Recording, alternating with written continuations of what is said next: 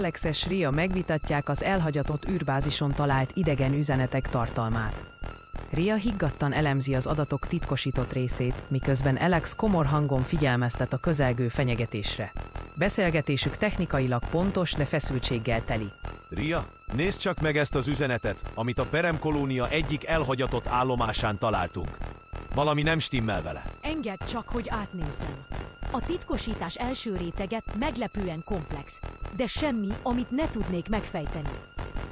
Ez a rész viszont, ahol az ismeretlen koordináták szerepelnek, mintha egy többdimenziós lokációra utalna, amit még nem térképeztünk fel. Igen, az algoritmus ezt sejteti. Úgy tűnik, mintha valaki szándékosan rejtette volna el a pontos helyet, hogy senki se találja meg könnyen. Pontosan ezért aggódom. Ha valaki már ennyire előrelátó, akkor a fenyegetés komolyabb, mint azt hittük.